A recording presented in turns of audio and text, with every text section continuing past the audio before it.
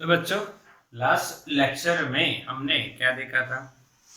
Nuclear reactor start करने का वादा किया था, हमने कर तो दिया था, बट फिर क्या हुआ कि भाई न्यूक्लियर जो रिएक्टर है उसमें चेन रिएक्शन आया और चेन रिएक्शन हमने पढ़ना स्टार्ट किया और टाइम खत्म हो गया था। एक हमने बात भी देखी थी, तो आज पूरा फिर से हम लोग समझेंगे कि भाई हम लोग आज ये टॉपिक बिल्कुल फिनिश कर देंगे, न्यूक्लियर रिएक्टर। अच्छा, न्यूक्लियर रिएक्टर में क्या होता है, कैसे वर्क होगा वो भी समझेंगे और उसमें कौन सी प्रोसेस से काम हो रहा है। तो सबसे पहली बात ये आएगी कि जब यूरेनियम जैसे रेडियो एक्टिव एलिमेंट्स के ऊपर अगर न्यूट्रॉन इंसिडेंट हो रहा है तो बच्चों उसका क्या होता है भाई? फ्यूजन। क्या होता है? फ्यूजन। अब मैं आपको बता रहा हूं चेन रिएक्शन। चेन रिएक्शन में न्यूक्लियर फ्यूजन होने से बहुत सारी एनर्जी निकलेगी और अगर वो एनर्जी कंट्रोल्ड मैनर में है तो वो आप उससे क्या बना सकते हो? उसका यूज करके क्या बना सकते हो? रिएक्टर। रिएक्टर में कंट्रोल न्यूक्लियर एनर्जी का यूज होता है, ठीक है, इसीलिए हम न्यूक्लियर रिएक्टर पढ़ रहे हैं। अगर अनकंट्रोल हो तो एनर्जी, तो उसका हम क्या बनाते हैं? तो उसका बच्चों हम बॉम्ब बनाते हैं, न्यूक्लियर बॉम्ब बनता है उसका, अनकंट्रोल हो तो। और कंट्रोल हो तो चेन रिएक्शन में कंट्रोल होगा, न्यूक्लियर रिएक्टर बन जाएगा अगर वो एनर्जी कंट्रोल मैनर में है तो हम लोग रिएक्टर बनाना सीखे उससे पहले चेन रिएक्शन थोड़ा सा रिवाइज कर लेते हैं। तो बच्चों, एक यूरेनियम है, मान लो उस पे एक न्यूट्रॉन आया तो उसका फ्यूजन हुआ, बहुत सारे एलिमेंट बने और साथ में कुछ न्यूट्रॉन भी एमिट हुए, ठीक है। फिर उसके सामने एक यूरेनियम का न्यूक्लियस फिर से आ गया, फिर उसका 3 न्यूट्रॉन उसने फिर एमिट किए, ठीक है। और बहुत एलिमेंट भी निकलते हैं, वो हमने देखा हुआ है। तो ये न्यूट्रॉन के सामने फिर से यूरेनियम आ जाएगा और फिर उनका फ्यूजन हो, यहाँ पे समझ रहे हो? तो ये जो प्रोसेस चलेगी इसमें बहुत सारी एनर्जी निकलेगी और इसको हम बोलते हैं चेन रिएक्शन। ऐसे आगे आगे चलता रहेगा, समझ में आया? ओके। अब इस चेन रिएक्शन के दौरान बहुत ज्यादा एनर्जी निकलती है और वो कंट्रोल होनी चाहिए। तो बच्चों, हमें आगे बढ़ने से पहले इस चेन रिएक्शन होने में कुछ प्रॉब्लम्स आती हैं। क्या आती हैं? प्रॉब्लम्स। तो problems and solutions for chain reaction एक क्वेश्चन बन के आ सकता है, तो वो मैं आपको चला रहा हूं आज। वो पढ़ेंगे problem and solutions in chain reaction. अच्छा, चेन रिएक्शन बच्चों सबको पता है, उसमें प्रॉब्लम क्या आ रही है? पहली 3 प्रॉब्लम मैंने बताई थी। पहली प्रॉब्लम है हाई स्पीड न्यूट्रॉन। पहली प्रॉब्लम है बच्चों हाई स्पीड न्यूट्रॉन। इसका मतलब क्या है, कैसे समझना है? देखो, अगर न्यूट्रॉन की स्पीड ज्यादा है तो वो फ्यूजन नहीं करेगा, वो यूरेनियम को या कोई रेडियो एक्टिव एलिमेंट को तोड़ेगा नहीं।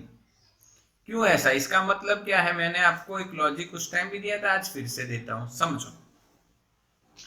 जैसे कि आप स्कूल में एक लाइन में खड़े हो, ठीक है, और आप क्लास के अंदर जाना चाह रहे हो, सब लोग धीरे धीरे जा रहे हैं।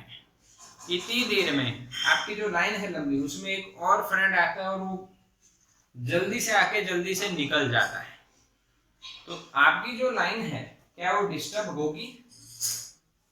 तो क्या भाई नहीं होगी। क्यों नहीं होगी?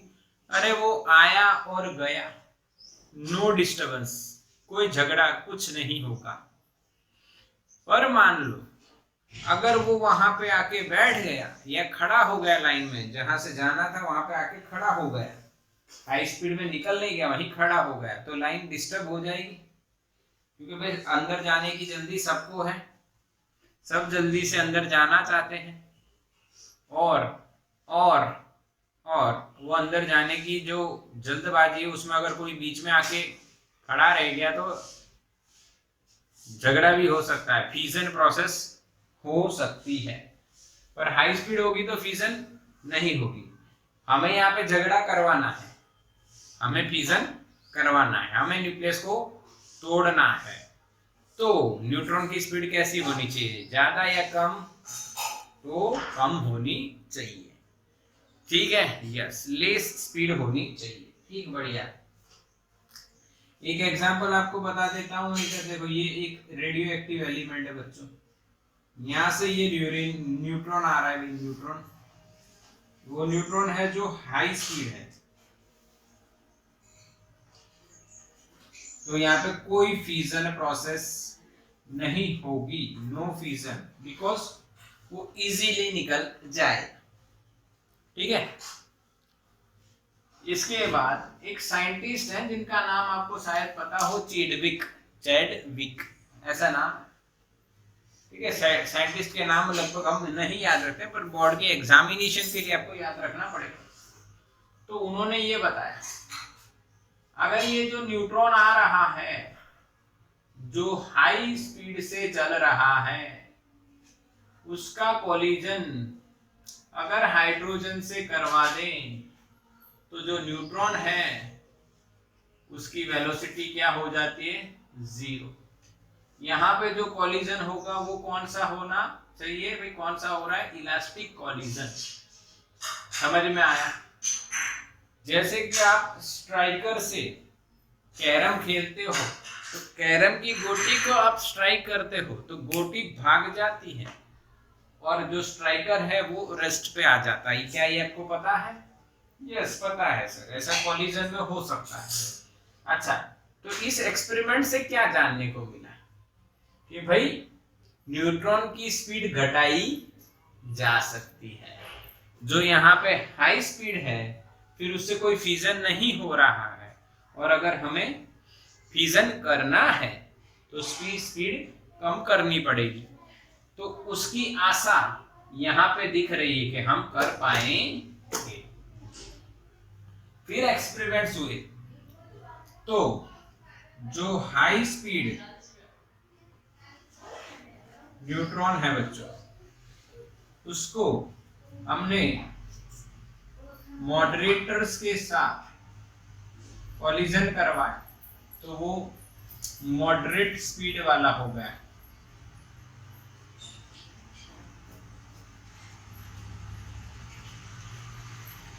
क्या बच्चों बात पता चली?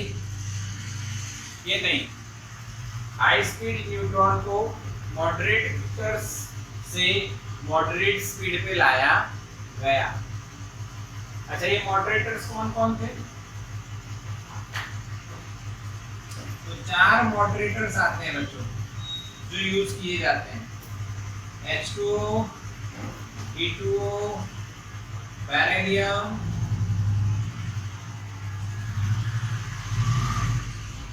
और रिक्शा। अरे सॉरी, रिक्शा नहीं, ये तो रिक्शा आई थी, रिक्शा नहीं है, ग्रेफाइट। क्या है बच्चों? ग्रेफाइट। ये 4 मॉडरेटर्स होते हैं जिनका यूज करके हाई स्पीड न्यूट्रॉन को मॉडरेट स्पीड में लाया जाता है। जब वो हाई स्पीड होता है ना तो उसकी एनर्जी होती है 2 मेगा ईवी, मेगा पिक्सल नहीं या एमबीपीएस नहीं, यहाँ पे मेगा ईवी है। जब वो मॉडरेट स्पीड पे आ जाता है तब उसकी एनर्जी होती है 0.04 ईवी, और इस टाइम पे न्यूट्रॉन को बोला गया है थर्मल न्यूट्रॉन, जो फ्यूजन करवाने के लिए रेडी है। थर्मल न्यूट्रॉन जो फ्यूजन करवाने के लिए रेडी है। बोलो हाँ कि ना, समझ में आया? चलो क्लियर, बिल्कुल। पहली प्रॉब्लम। अच्छा, ये क्या है, ये क्या पढ़े हम लोग? ये सॉल्यूशन, और ये क्या है? प्रॉब्लम। समझ में आया? High speed neutron is one kind of problem for the fusion process in chain reaction, so that we have to use moderators to decrease the speed of an neutron. This is called first problem and its solution. चलो screenshot निकालो, बढ़िया जल्दी। चलो भाई, पहली problem हो गई solve. और दूसरी प्रॉब्लम का आगाज कर दिया मैंने, सुनखनाद कर दिया।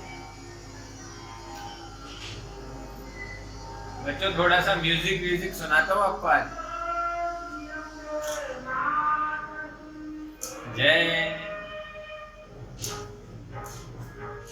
सुनाई दे रहा है?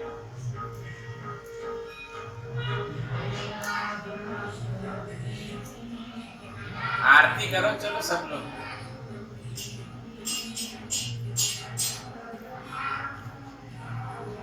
आरती का समय हो चुका है। चलो दूसरी प्रॉब्लम देखते हैं बैकग्राउंड म्यूजिक के साथ।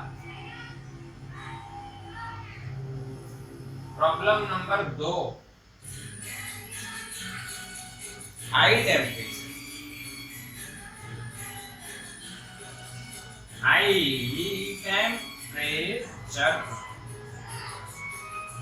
This is the problem number 2.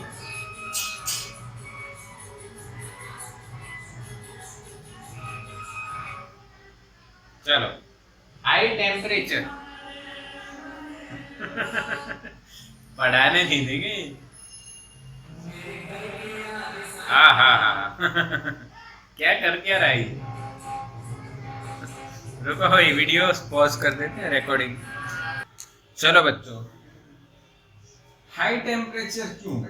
गर्मी इतनी ज्यादा क्यों? हाई टेम्परेचर क्यों?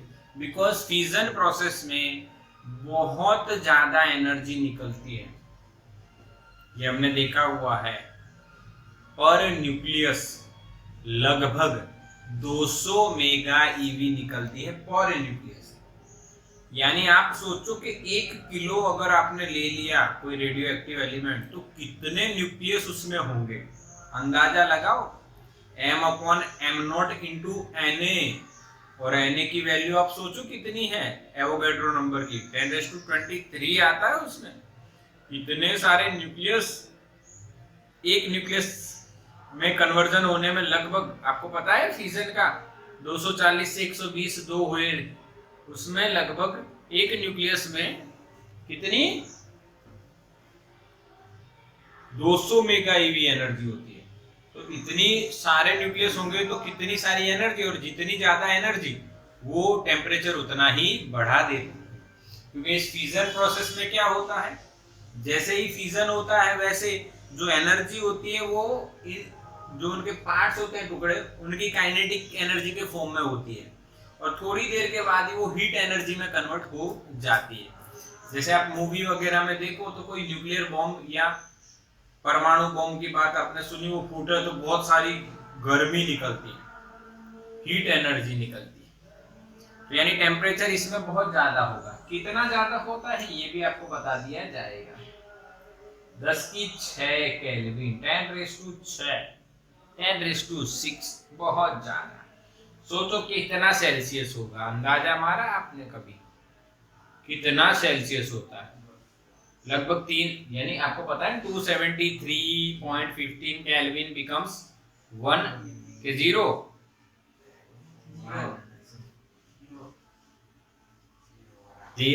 यस, और फिर 1 का तो यानी आपको 274 हो गया। 1 डिग्री सेल्सियस यानी 274 केल्विन, आके ना। तो मान लो इस तरह से आप सोचो तो कितनी बड़ी वैल्यू होगी, बहुत ज्यादा टेम्परेचर। इतने ज्यादा टेम्परेचर में हम तो काम नहीं कर पाएंगे, इंस्ट्रूमेंट भी नहीं काम कर पाएंगे, तो इस टेम्परेचर को घटाना पड़ेगा। तो सॉल्यूशन मिला भाई। बताओ, कहीं पे आग लगी हो तो आप क्या करोगे? घी कुछ बच्चे सोच रहे सब घी डालेंगे, आके ना। मैंने पूछा कि भाई आग लगी हो तो आप क्या करोगे, तो कि घी डालेंगे? नहीं, बुझाने के लिए क्या डालना है? पानी। तो सॉल्यूशन जो है वो सॉल्यूशंस को बोला जाता है बच्चों कूलेंट्स।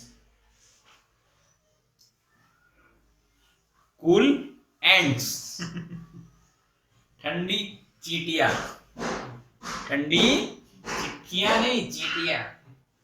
कुछ सोच रहे हैं चिट्ठियां कहां से आ गई? कूलेंट्स। और कूलेंट के तौर पे तीन इंसान हैं, ध्यान से देखिए इन तीन इंसानों को। पहला जो वाटर है, पानी से बना है, दूसरा गैस से बना है, तो बताओ तीसरा किससे बना होगा? क्या सोच रहे हो? आपको थोड़ी पता है। मोल्टन एने, मोल्टन एने पता है ना? मोल्टन एने, मोल्टन है भाई, मोल्टन।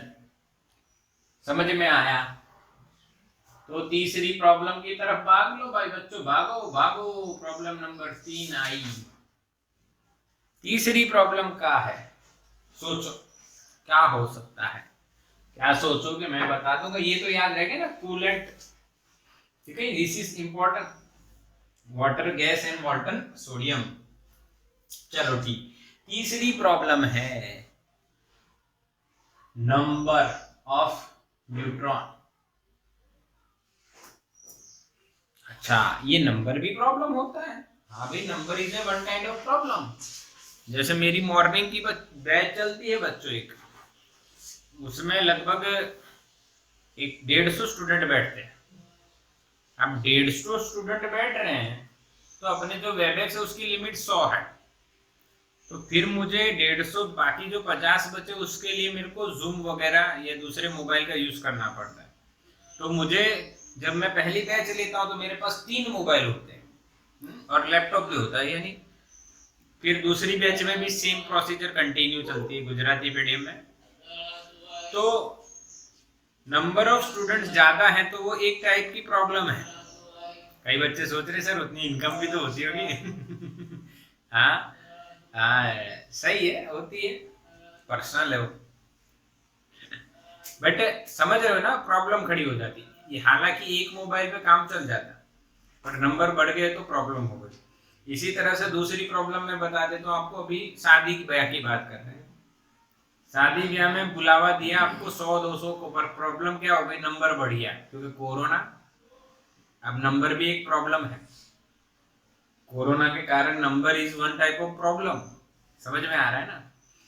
तो यहाँ पे नंबर क्या प्रॉब्लम है, तो देखो वो दिखाता हूँ, समझाता हूँ। अगर मान लो नंबर ऑफ न्यूट्रॉन ज्यादा निकल रहा है, बहुत सारा फिजन हो रहा है, तो एक फिजन में average in one fission average 2.5 neutrons emit हो रहे हैं।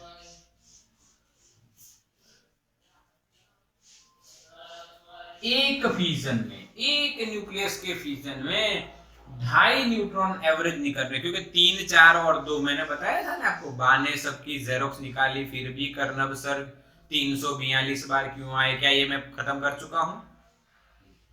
मैसेज फास्ट या मैंने छोड़ दिया है, भूल गया मैं? यस, हो चुका है, यस, मैसेज आ गया, नुपुर का मैसेज आ गया। अच्छा, तो 2.5 एवरेज न्यूट्रॉन एमिट हो रहे हैं। सोचो तो 2.5 एक ही न्यूक्लियस के फिजन में एमिट हो रहे हैं, तो कितने न्यूक्लियस और कितने फिजन, तो कितने सारे न्यूट्रॉन।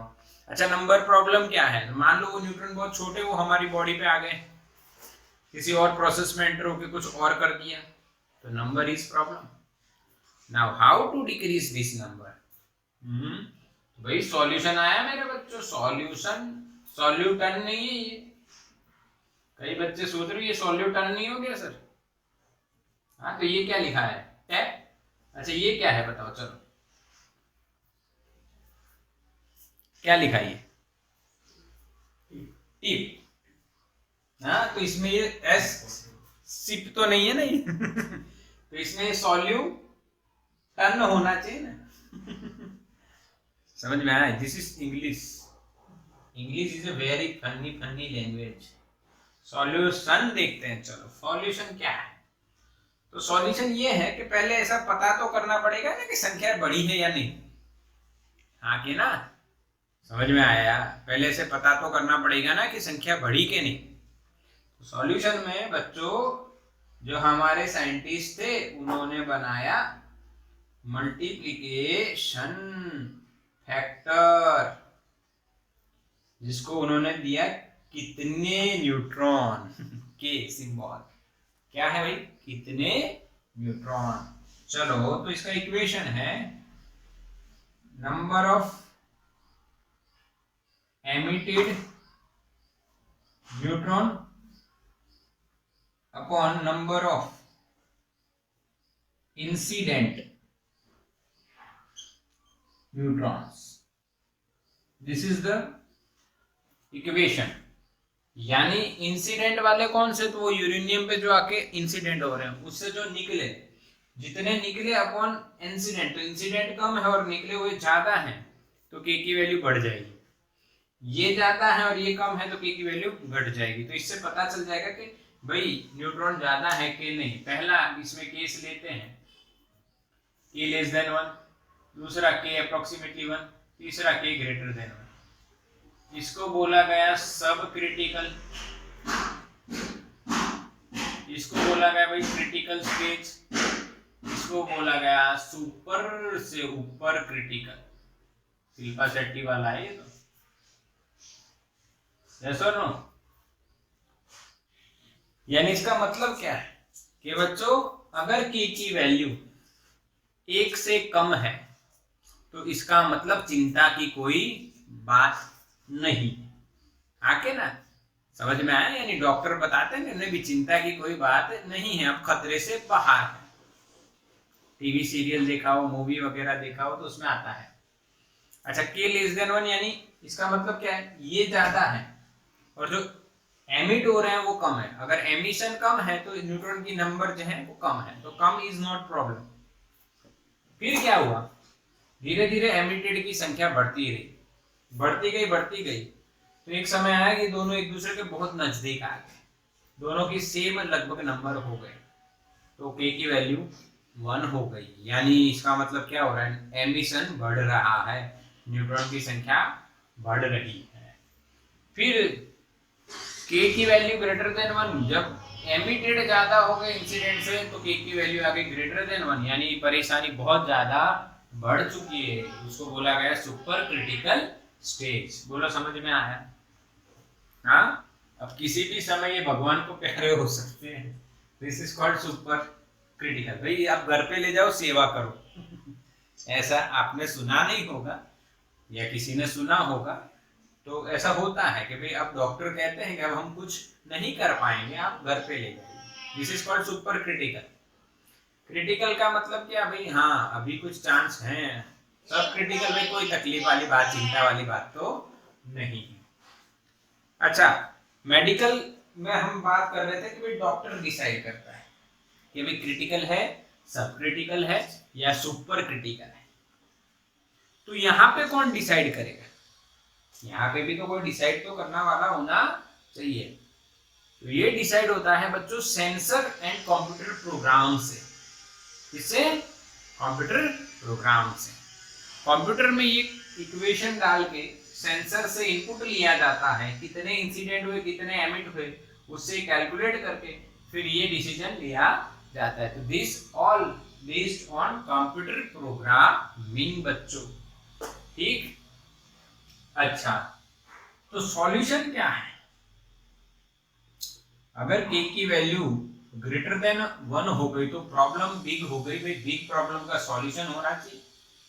सॉल्यूशन इसमें आया। अच्छा, सॉल्यूशन मैंने लिखा हुआ है, उसमें पहले प्रॉब्लम आइडेंटिफाई की भी है कि नहीं प्रॉब्लम। फिर कंट्रोलिंग रॉड्स क्या आ गए? Controlling rods. अच्छा, ये क्या है? तो बच्चों ये एक प्रकार के रॉड है जो उनपे आते हुए न्यूट्रॉन्स को एब्जॉर्ब कर लेंगे। इससे फायदा क्या होगा? भाई नंबर कम हो जाएंगे। आके ना समझ में आ रहा है ना, यानी कंट्रोलिंग रॉड्स लगाए जाते हैं जो न्यूट्रॉन्स की जो संख्या है उनको कंट्रोल कर लेते हैं। कैसे कंट्रोल करेंगे? जो न्यूट्रॉन उनको इंसिडेंट होंगे उनको वो एब्जॉर्ब कर लेंगे, यानी जो एब्जॉर्ब हो गए वो तो ले गए, अब नंबर घट गया, आगे ना। अच्छा, तो ये किसका बनाया जाता है? तो कैडमियम, नाम तो सुना होगा, सीडी, कैडमियम का बनाया जाता है। अपने एनसीईआरटी में ये है। मैं दूसरा एक और नाम देता हूं आपको, बोरोन, और यहाँ पे हम बात कर लेते हैं लेड। लीड या लेड जो बोलो वो आपको पता है, क्योंकि गाइगर मास्टर्स एक्सपेरिमेंट में आपने देखा था कि भाई जो लेड ब्लॉक्स हैं वो अल्फा पार्टिकल को एब्जॉर्ब कर लेते हैं, तो यहाँ पे न्यूट्रॉन को भी एब्जॉर्ब कर लेंगे। हमारी एनसीईआरटी में ये वाला है। चलो ठीक, समझ में आया सॉल्यूशन। अच्छा, एक और क्वेश्चन हो, अगर सर ये रॉड्स अंदर ही रहेंगे तो सारे न्यूट्रॉन एब्जॉर्ब हो जाएंगे, फिर तो न्यूट्रॉन एमिशन फ्यूजन हो गए। तो मैंने आपको बताया ना, ये कंप्यूटर बेस्ड प्रोग्राम होता है। जैसे ही नंबर बढ़ जाता है ये रॉड्स अंदर जाते हैं और न्यूट्रॉन को एब्जॉर्ब करना स्टार्ट कर देते हैं।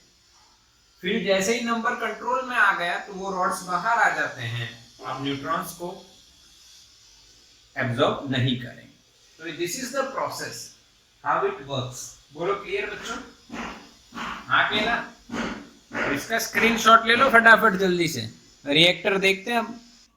चलो भाई, समझ में आया? अब रिएक्टर बना देते हैं, और क्या, हमारे पास समय है, हम रिएक्टर बना सकते हैं, बना देंगे। Ready for the reactor.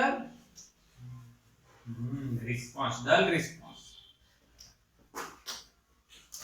जोर से बोलो, जय माता दी, सारे बोलो। चलो रिएक्टर बताता हूं आपको, रिएक्टर। अच्छा, रिएक्टर में क्या होता है वो देखो, समझते हैं पहली बात। अब मेरी बात समझना, यहां पे हम लगाएंगे, ये है कोर, जिसमें मेन फ्यूजन प्रोसेस होती है। ठीक है, फ्यूजन प्रोसेस होती है, उससे क्या होगा, न्यूट्रॉन्स एमिट होंगे।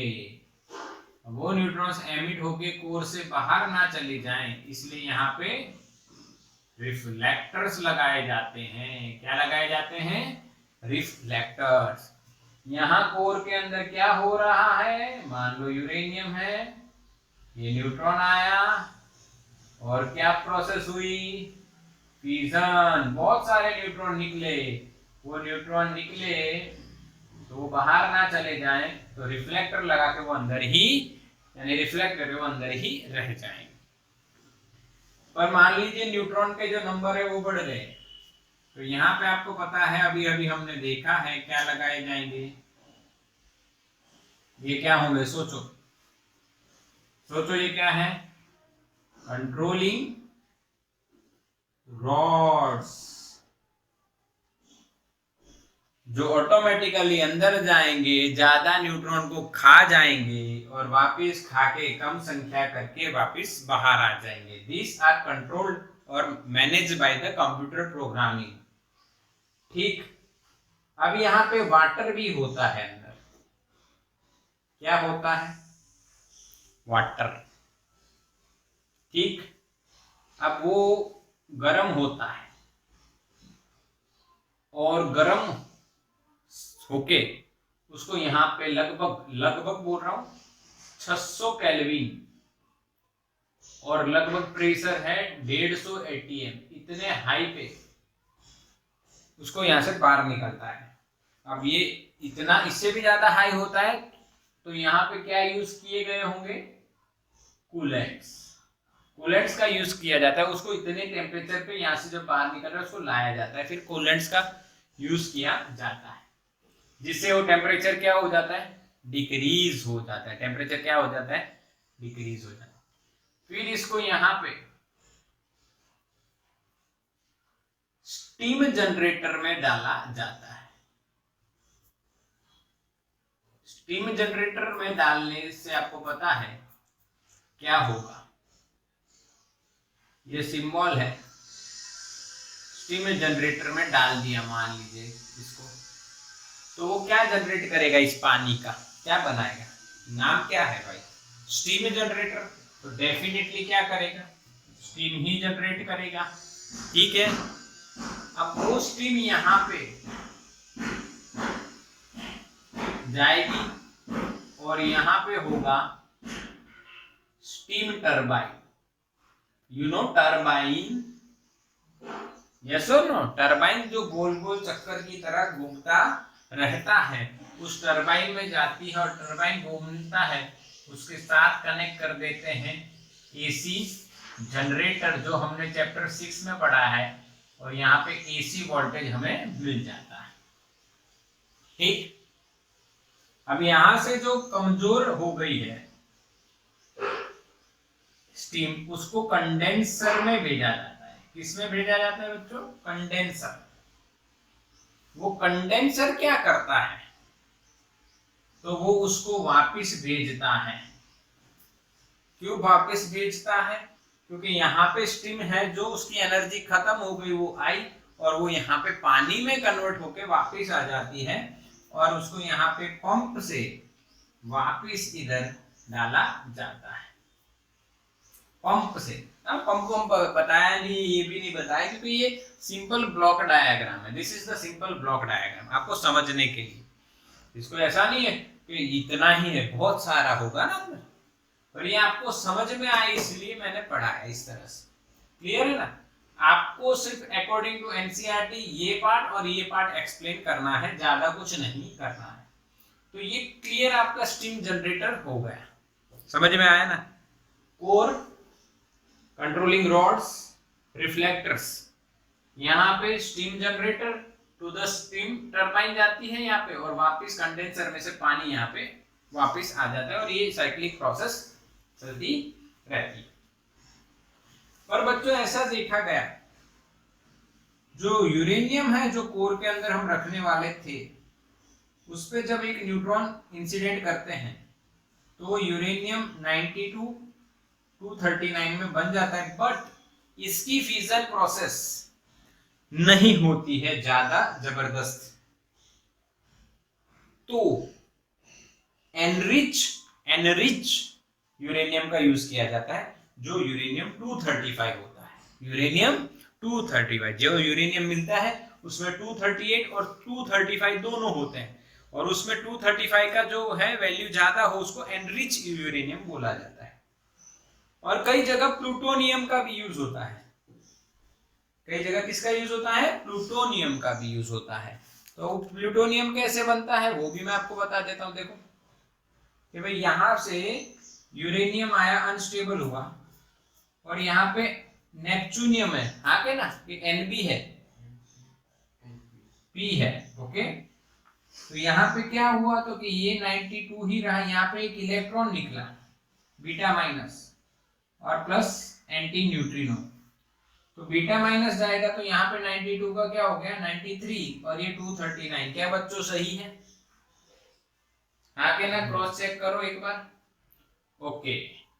और ये जो नेपच्यूनियम है, ये रेडियो एक्टिव एलिमेंट है, और फिर से इसका फ्यूजन होता है, और फिर से बीटा माइनस यानी एक इलेक्ट्रॉन और एक एंटी न्यूट्रिनो निकलता है।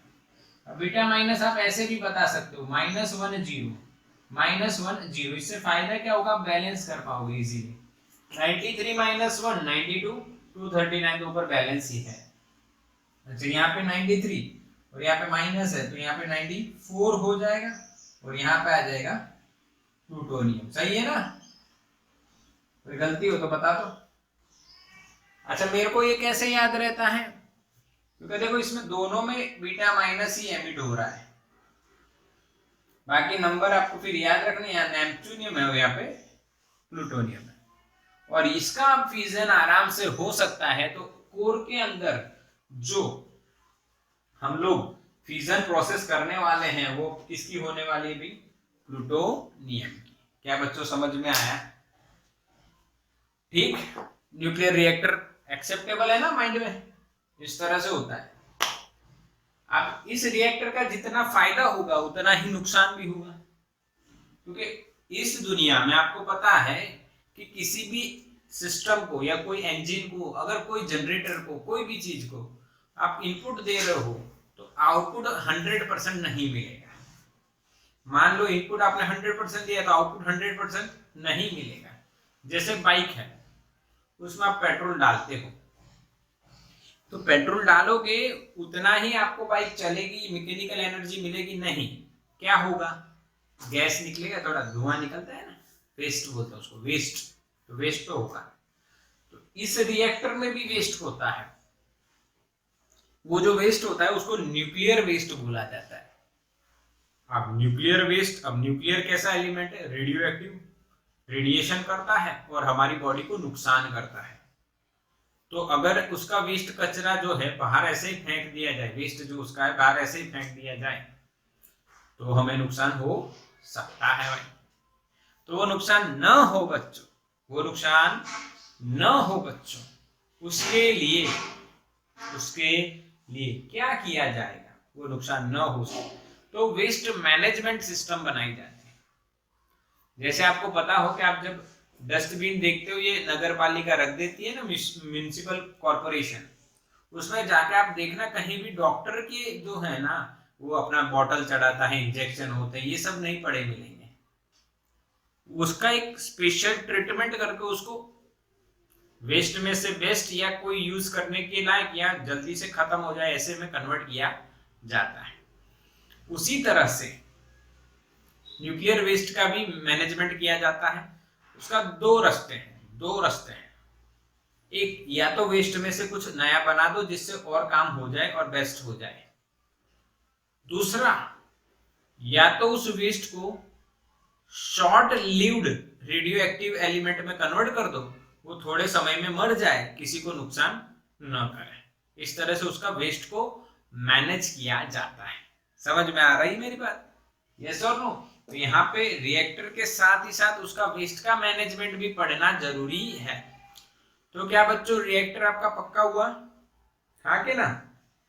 चेन रिएक्शन देखा, 3 प्रॉब्लम आई, तीनों के सॉल्यूशन आए, रिएक्टर का ब्लॉक डायग्राम आया, उसकी प्रोसेस हम समझे, और फाइनली न्यूक्लियर जो वेस्ट होता है उसको कैसे मैनेज किया जाता है ये हम समझे।